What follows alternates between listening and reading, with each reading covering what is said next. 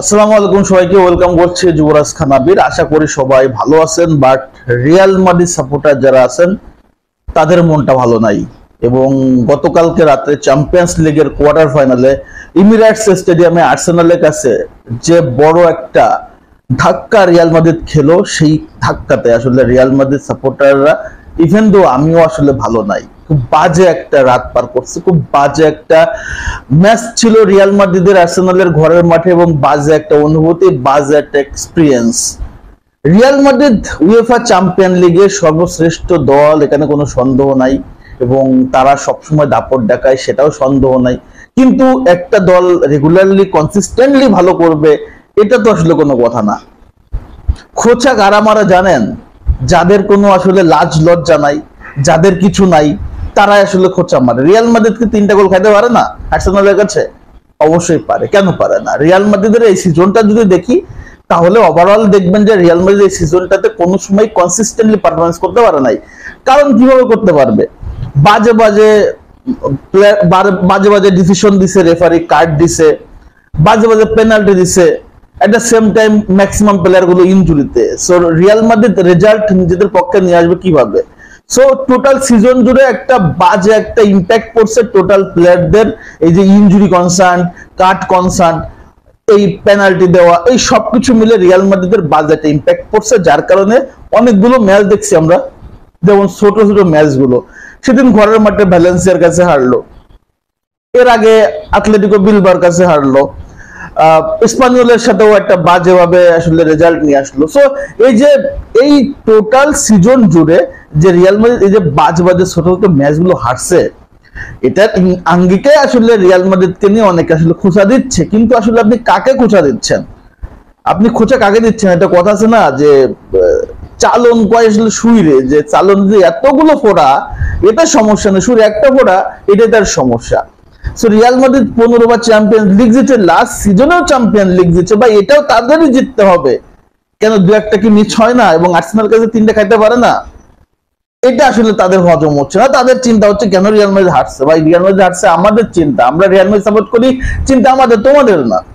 So যাই হোক, আমরা এখন ম্যাচে ফিরি। এই ম্যাচটাতে রিয়াল মাদ্রিদ তাদের অ্যাপ্রোচ ছিল কার্লো আনচেলত্তির। দেখেন, ফেদেরিকো ভালভার্দেকে আপনার ফুলব্যাক হিসেবে খেলাইছে, কারণ মিডফিল্ড এটা কমায় ফেলাইছে। সেখানটাতে ডিফেন্স লাইন আপটা ছিল হচ্ছে আলাবা, তারপর হচ্ছে রুডিগার, অ্যাসেনসিও এবং ভালভার্দে। রদ্রিগোকে মিডফিল্ডার হিসেবে খেলানো হচ্ছে 4-4-2 ফরমেশনে। ভিনি রদ্রিগো হচ্ছে ভিনি এবং এমবাপ্পে হচ্ছে অ্যাটাকিং রোল প্লে করছে, এবং এটা হচ্ছে অবশ্যই সেটা ছিল লো ব্লক এবং কাউন্টার প্রেস ফুটবল। ফার্স্ট হাফটা রিয়াল মাদ্রিদ খুব দুর্দান্তভাবে পার করছে, এবং ফার্স্ট হাফে রিয়াল মাদ্রিদ গোল শূন্য করে আসলে পার করছে, এবং এই ফার্স্ট হাফে অনেকগুলো সুযোগ তৈরি করছে আর্সেনাল, রিয়ালও সুযোগ তৈরি করছে, মিস করছে।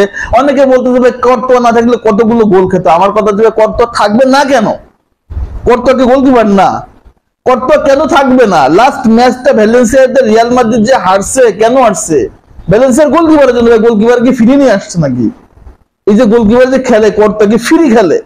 যে কর্তোয়া যদি না থাকতো কয়টা গোল খেতে থাকবে না কেন? সে তো সেভ দেওয়ার জন্য দাঁড়ায় থাকে, তার কাজ তো সেভ দেওয়া।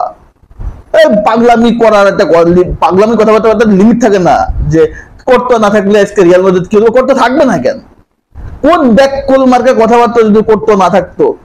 যাক, ফার্স্ট হাফ গোল শূন্য দুরায়। সেকেন্ড হাফে 17 বা 18 মিনিটের একটা ঝড়ে লন্ডভন্ড হয়ে গেছে রিয়াল মাদ্রিদ লন্ডনের মাঠে। লন্ডনে লন্ডভন্ড 17 মিনিটে রিয়াল মাদ্রিদ 58 থেকে 75 মিনিটের ভিতরে দুটা ডেক্লান রাইসের ফ্রি কিক গোল এবং একটা গোল মুরিনোর।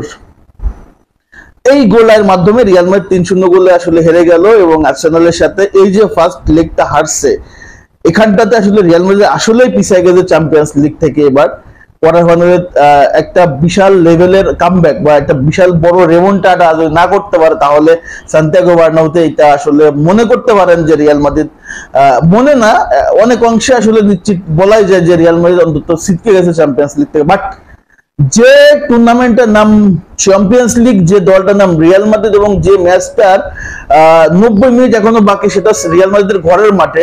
সো অবশ্যই আপনি একটু আশা রাখতে পারেন যে রিয়াল মাদ্রিদ কামব্যাক যখন তখন করতে পারে এবং সে সুযোগ রিয়াল মাদ্রিদ আছে এবং সেই এই কাজটা একমাত্র রিয়াল মাদ্রিদ করতে পারে। দেখা যাক কি হয়। আর্সেনাল অবশ্যই দুর্দান্ত খেলছে এবং আর্সেনালকে কংগ্রেচুলেশন করতে হবে আমাকে, বিশেষ করে ডেকল্যান রাইসকে দুর্দান্ত আসলে বলতে হবে। এবং এই ম্যাচটাতে গ্যাব্রিয়েল মাগালেস ছিল না, তারপরে তাদের ডিফেন্স লাইন আপ যেভাবে আসলে শানসুন ছিল, মিডফিল্ড শানসুন ছিল, আক্রমণ শানসুন ছিল, রিয়েলি দুর্দান্ত। এবং এই আর্সেনাল আসলেই ভালো কিছু ডিজার্ভ করে বলে এই ম্যাচটা জিতছে। ওভারঅল আমি বলবো রিয়াল মাদ্রিদ এই ম্যাচটা হারছে তাদেরই আসলে ভাগ্যের কাছে, তাদের একটু ব্যাড লাক ছিল। ডেকল্যান রাইস যে কখনো আপনার হচ্ছে ফ্রি কিকে গোলই দেয় না, সে আজকে রিয়ালের এগেইনস্টে দুটো গোল দিয়ে ফেললো। সো এটা তো ভাগ্যই বলতে হবে। তো সবকিছু মিলে এই ম্যাচটা রিয়াল মাদ্রিদের অবশ্যই ভাগ্য ছিল না। আর একটা ব্যাপার, মানে সিজন জুড়ে আসলে ব্লিন্ডার রিয়াল মাদ্রিদ করতেছে, সবকিছুর জন্য এই ম্যাচটা রিয়াল মাদ্রিদ আসলে জিততে পারে নাই। অনেকগুলো রিজন ছিল, বাট আমি রিয়াল মাদ্রিদকে বা কার্লো আনচেলত্তিকে কোনো দোষ দিব না। আপনি প্রত্যেকটা ম্যাচে জিতবেন না, প্রত্যেকটা টুর্নামেন্টে জিতবেন না, কিছু কিছু ম্যাচ হারবেন এবং বড় ব্যবধানে হারবেন। সেটার প্রতিফলন ছিল গতকালকে রিয়াল মাদ্রিদ এবং আর্সেনালের এই ম্যাচটাতে। আমার মতামত এটুকুই। আমার বিশ্বাস রিয়াল মাদ্রিদ নেক্সট ম্যাচে কামব্যাক করতে পারবে।